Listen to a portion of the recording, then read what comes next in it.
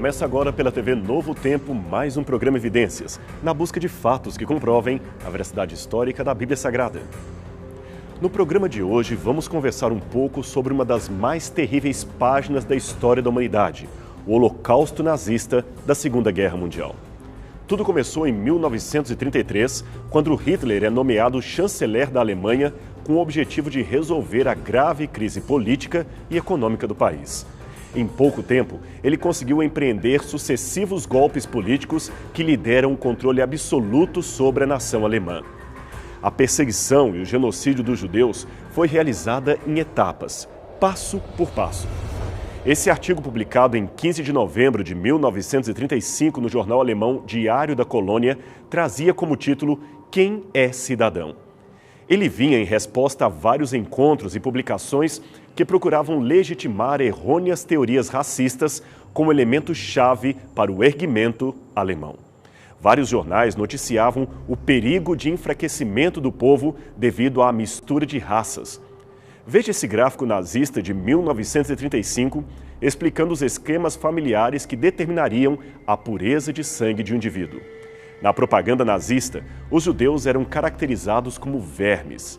Desenhos infantis mostravam a diferença entre um alemão e um judeu que falavam por si mesmos. Jornais traziam sempre matérias chamando os judeus de monstros da economia. Nas escolas, aí sim que a coisa ficava mais complicada, especialmente na formação da juventude hitlerista e no ensino de crianças. Veja o livro que essa menina lê para os colegas. Preste atenção na capa. Ela diz "O cogumelo venenoso" e traz a caricatura de um judeu identificado com o cogumelo. Agora, veja o contraditório da história. No início do século XX, os judeus da Europa estavam entre os estrangeiros que mais assimilaram a cultura local. Vários judeus lutaram ao lado da Alemanha na Primeira Guerra Mundial. Várias famílias de sangue semita participavam da alta sociedade europeia. E vários jovens tinham o alemão e não o hebraico como a sua primeira língua. Enfim, eram cidadãos europeus, como qualquer outro morando naquela região. Mas alguns políticos e acadêmicos consideravam os judeus gente perigosa. A única disputa entre o Ministério do Interior alemão e o Partido Nacional Socialista dos Trabalhadores Alemães era com relação à exata definição racial de um judeu, ou seja, quantos avós alemães uma criança deveria ter, se fosse nascida na Alemanha, para possuir ou não uma origem semita. Ou ainda, se semita era alguém que tinha sangue judeu ou alguém que praticava o judaísmo, e assim por diante. Seja como for, os judeus ainda eram considerados um povo perigoso para o bem-estar da Alemanha. Então foram tomadas providências para retirar dos judeus a sua cidadania. Em primeiro lugar, foi sugerido um boicote às lojas de judeus. Jovens soldados seguravam cartazes públicos pedindo ao povo que só comprasse de alemães. Comércios eram pichados, ninguém deveria adquirir nada de um comerciante hebreu. E olha que isto começou em 1933, logo que Hitler assumiu a chancelaria, bem antes da promulgação das leis raciais de Nuremberg. Depois proibiram o casamento de judeus com não-judeus, o que não foi, num primeiro momento, atendido.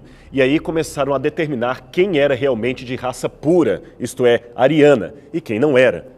Ora, muitas outras etnias também foram perseguidas, como, por exemplo, os ciganos, os russos, que sofreram perseguição por parte dos nazistas. Bem, em seguida às leis de Nuremberg e ao avanço da Alemanha sobre outros países, campos de concentração foram espalhados por toda a Europa para que se enviassem para lá presos políticos ou inimigos do Estado alemão. Ali, os condenados eram submetidos ao trabalho escravo e muitos morriam de fome, exaustão ou alguma doença. De cara, quando a Alemanha ocupou novos territórios na Europa Oriental, usou unidades paramilitares para matarem, quase de uma só vez, 1 milhão de judeus e adversários políticos durante centenas de fuzilamentos em massa. Em várias cidades como Varsóvia, Budapeste, famílias judias eram obrigadas a deixar as suas casas e morar em guetos fechados por muros, quase sem contato algum com a realidade exterior. Então, depois de 3 anos, Essas mesmas famílias eram retiradas dos guetos e levadas em trens de carga para campos de extermínio como Treblinka, Sobibor e o mais temido de todos, Auschwitz. Ali, eles eram mortos principalmente em câmaras de gás. Quer nos campos de extermínio ou fora deles, cerca de 11 milhões de pessoas, 6 milhões das quais judeus, acabaram morrendo vítimas do massacre nazista. Isto fez com que muitos considerassem o Terceiro Reich, como era chamada a Alemanha nazista, o pior estado genocida de todos os tempos. Agora, quando nos deparamos com um quadro aterrador como este, e outros absurdos semelhantes que ocorreram em outras partes do mundo, em outras épocas, com outras vítimas, inevitavelmente nos perguntamos: aonde estava Deus? Se essa pergunta ainda é feita hoje, imagine naquela época em que as lembranças ainda estavam vivas na mente dos sobreviventes e dos contemporâneos do massacre. E o que é pior, o Holocausto não veio sozinho. Com ele veio a bomba atômica sobre Nagasaki e Hiroshima, a Guerra do Vietnã, ocorrida poucos anos depois, e tudo isto contribuiu para que se perguntasse com muita força: aonde está Deus? Alguns pensadores e teólogos liberais da Europa chegaram a dizer que estávamos vivendo numa época de pós-cristianismo, isto é, sem espaço para o pensamento religioso. Afinal de contas, o cristianismo, que era a maior religião da Europa, se sentia no mínimo envergonhado por não ter se oposto logo cedo a uma monstruosidade daquela, mesmo porque muitos dos oficiais de Hitler eram assumidamente cristãos religiosos e a população, também de maioria cristã, ficou indiferente ao massacre. Este é o pastor luterano Martin Niemöller, um dos poucos que se declarou abertamente contrário à propaganda de Hitler. Ganhador do Prêmio Lenin da Paz, esse homem sofreu perseguição dos nazistas e quase foi morto pelo regime. Mas a sua maior angústia era a indiferença dos seus contemporâneos que se diziam religiosos cristãos. Certa vez, esse mesmo pastor foi convidado para falar no Congresso americano e alguém lhe perguntou por que num país com tantos católicos e protestantes como a Alemanha, Hitler conseguiu fazer o que fez. A sua resposta veio na forma de um poema irônico que ele mesmo escreveu. Quando os nazistas levaram os comunistas, eu me calei, porque eu não era comunista. Quando eles levaram os social-democratas, eu me calei, porque eu não era sócio-democrata. Quando eles levaram os sindicalistas, eu não protestei, porque eu não era sindicalista. Quando eles levaram os judeus, eu não protestei, porque eu não era judia. Quando eles me levaram, não havia quem protestasse. Forte, não é mesmo? Será que o mundo estava experimentando o fim da ideia de Deus? O filósofo Robert Nozick afirmou que após o Holocausto pouca coisa sobraria do cristianismo. Ele escreveu: ainda restam os ensinos éticos e o exemplo de vida de Jesus antes de seu fim. Mas a mensagem de salvação do Cristo não tem mais significado. Neste sentido, a era cristã chegou ao seu final. Em 1966, a revista Time publicou esta matéria de capa: Deus está morto? O artigo falava de um movimento, então recém-inaugurado e fruto do pós-guerra, que apregoava uma teologia radical chamada de teologia secular, ou, mais comumente, a teologia da morte de Deus. A ideia dos seguidores deste movimento era criar uma visão de cristianismo que pudesse ser acomodada ao secularismo pós-guerra, especialmente aquele presente na Europa e nos Estados Unidos. Dois famosos teólogos precursores desse movimento foram William Hamilton e Thomas Altizer. Este último, inclusive, chegou a escrever um livro muito vendido com o curioso título de O Evangelho do Ateísmo Cristão.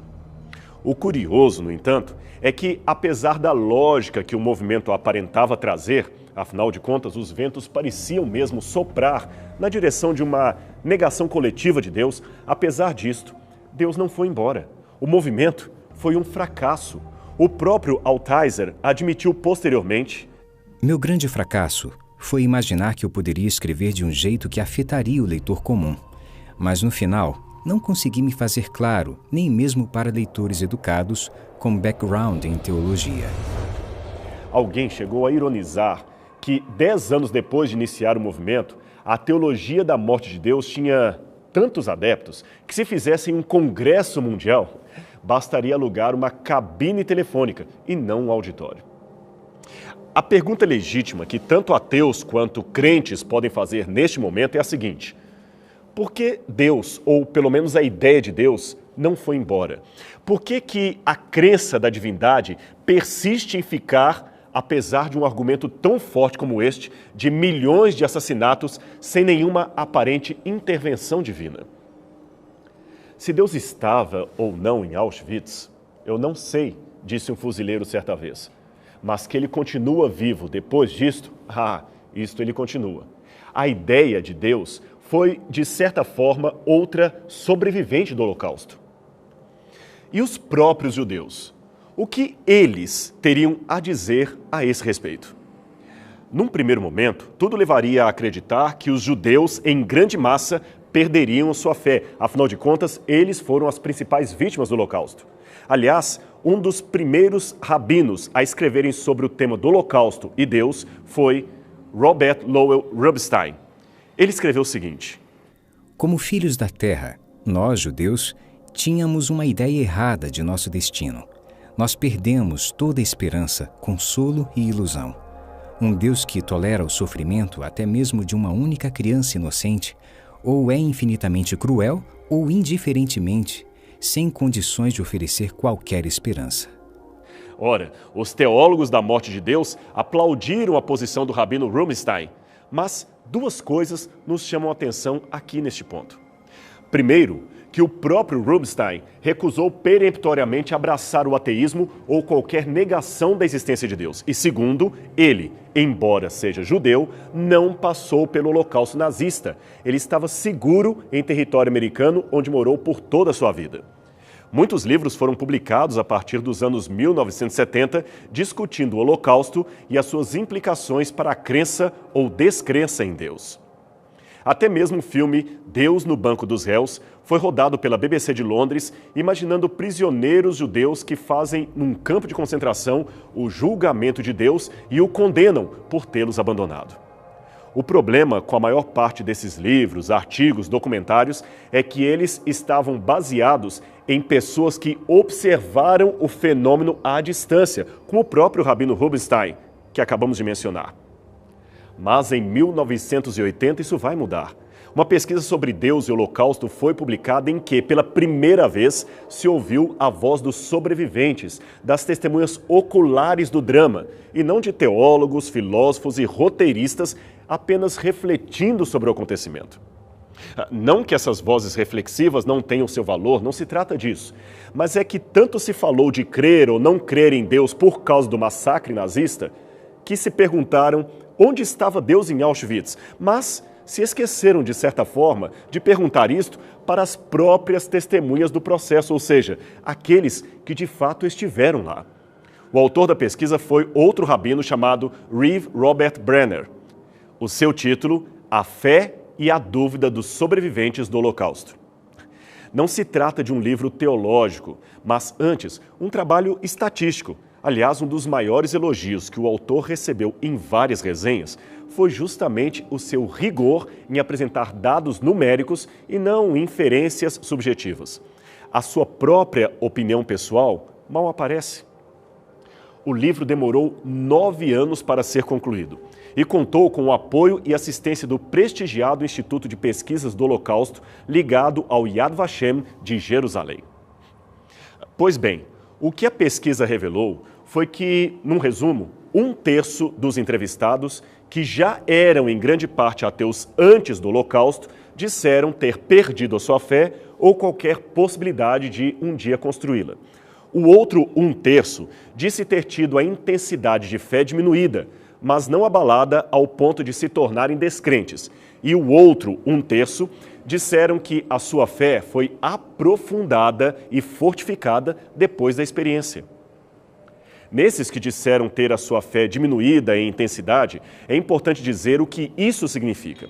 É que muitos deles mudaram a sua compreensão teológica de um Deus pessoal, patrono quase exclusivo de Israel, para um Deus diferente do que talvez eles tivessem acreditado até então. Ou seja, um Deus que não teria uma aliança exclusiva com o povo, como eles pensavam desde a infância.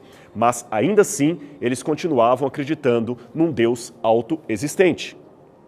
Finalmente, nas palavras do próprio autor da pesquisa, em uma entrevista que ele concedeu à jornalista Raquel Bauman, os números indicaram que aquelas pessoas que eram crentes antes do Holocausto geralmente descobriram que a experiência do campo de concentração e sua sobrevivência confirmou suas crenças, ao passo que os que eram céticos acharam que o Holocausto confirmou seu ceticismo. Em outras palavras, o argumento do Holocausto abalou mais as crenças de quem o viu de fora do que dos que o experimentaram de dentro. Os que ali estiveram, crentes ou descrentes, continuaram, em sua maioria, sendo aquilo que sempre foram, crentes ou descrentes em Deus. Muitos mudaram, é claro, a sua concepção de Deus, mas não a sua crença na existência dele. Eu quero agora usar como exemplo de sobrevivência do Holocausto a situação de um homem cujas ideias sobre Deus e psicoterapia rodaram o mundo inteiro. Estou falando de Viktor Frankl, o fundador da logoterapia, a terceira escola de psiquiatria de Viena. O trabalho de Frankl foi muito importante, especialmente na cura de pessoas com depressão e suicidas em potencial. Ele chegou a ser professor visitante em Stanford e Harvard, e os seus livros foram traduzidos em mais de 20 idiomas.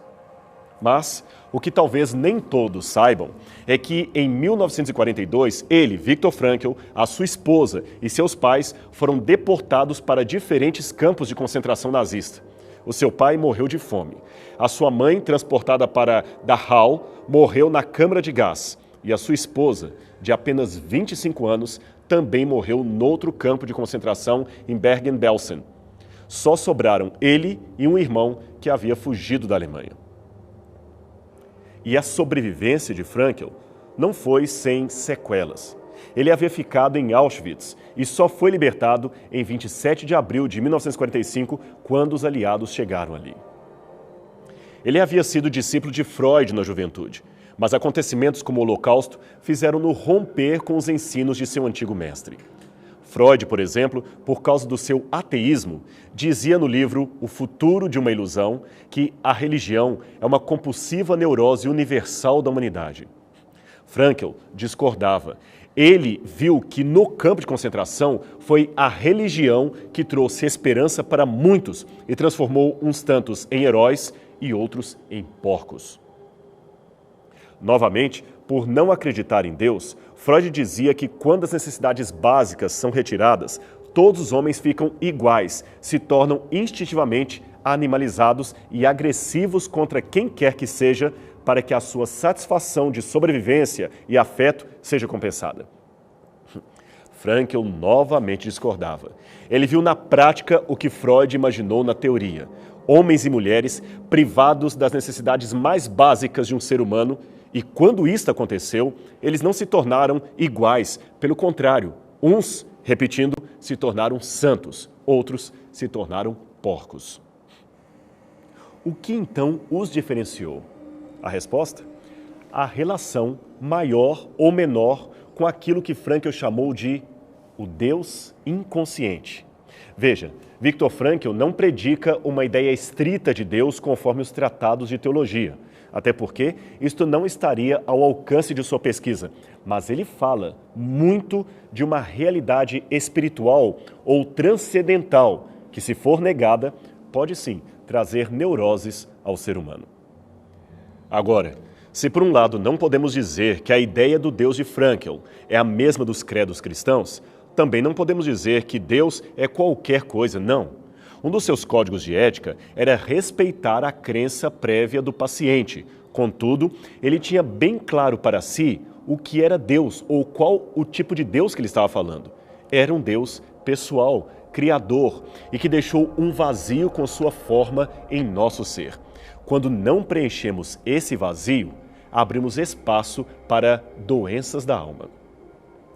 Para Viktor Frankl, esse Deus, que às vezes ele chama de transcendência, para não ofender o espírito dos pacientes e acadêmicos céticos, foi o tema de sua tese doutoral, cuja conclusão foi que o sentido transcendental da vida é espiritual e é algo que está fora de nós. Ele justifica a nossa existência e este mesmo sentido nos traz a paz, mesmo em meio a uma provação tão severa como a do Holocausto. Esse existencialismo de Frankl é diferente daquele existencialismo ateísta de filósofos como Jean-Paul Sartre, que, negando a realidade de Deus, dizia que devemos aprender a nos conformar e tolerar a realidade de falta de significado neste mundo. Frankl dizia que não, que o Logos divino é superior à lógica humana. É ele quem traz sentido à nossa existência.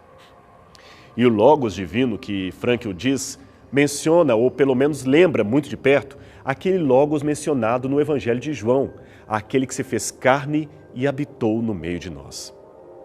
Ainda continuando o pensamento de Viktor Frankl, ele dizia, num exemplo, que quando nós negamos falar com essa transcendência, quando nós negamos conversar com Deus, enfim, quando negamos orar, o organismo dá o seu jeito e começa a procurar orações por conta própria. Por exemplo, você já viu que muitas pessoas acabam conversando sozinhas? Uma pergunta boa para se fazer a um ateu é a seguinte: se não existe Deus, nem nenhum transcendente, quem é essa pessoa com a qual nós conversamos quando estamos sozinhos? Preste atenção, parece ser um companheiro, um amigo que sempre entende você. Você está diante do espelho penteando o cabelo e questionando para esse amigo invisível por que tal coisa está acontecendo ou tal coisa não está acontecendo. Ele entende você, ele o escuta, mas a pergunta óbvia é: quem é esta pessoa? Na interpretação de Frankl, esse falar sozinho de si para si mesmo, que ele chama de solilóquio, é uma maneira do inconsciente fazer uma oração quando nós negamos orar. Isto mesmo, Frankl chegou à conclusão que nós precisamos orar. Faz parte da necessidade básica do nosso organismo, como o alimento, o descanso, o afeto. Também precisamos de relacionamento com a transcendência. Precisamos de oração. E quando não oramos, começamos a conversar sozinhos. O que precisamos entender, independente da nossa experiência com o sofrimento, é que existe um vazio com forma de Deus no nosso coração, quer admitamos ou não. Mas o mais bonito disto é que também existe um vazio com a nossa forma no coração de Deus. Sabe, nós que estudamos o acontecimento à distância, através de livros e documentários, podemos até ser tentados a dizer: Deus não existe, Deus não estava em Auschwitz. Como pode ele ter permitido uma atrocidade daquela e tantas outras que existem por aí? Por que Deus não faz nada? Sinceramente, eu mentiria para você se dissesse possuir uma resposta objetiva a estas indagações. Um dia, talvez, eu faça a pergunta pessoalmente a Deus quando tiver a oportunidade de estar na glória, e você também. Mas, por ora, basta-me o testemunho de milhares de sobreviventes que, como Viktor Frankl, disseram: eu estive em Auschwitz e Deus estava ali comigo. Ilusão? Não sei. Mas eles sobreviveram à catástrofe e reconheceram o poder de uma força divina maior do que eles mesmos e que lhes deu a força que jamais teriam por si próprios. Pense nisto. Reflita sobre o testemunho dessas pessoas que sobreviveram à catástrofe e se agarraram ainda mais com Deus. Nosso programa vai ficando por aqui, mas semana que vem teremos um novo encontro aqui na TV Novo Tempo para falarmos de novo sobre Deus, a Bíblia, a vida e a nossa existência. Portanto, não perca, aqui na TV Novo Tempo, o seu canal da esperança. Até lá!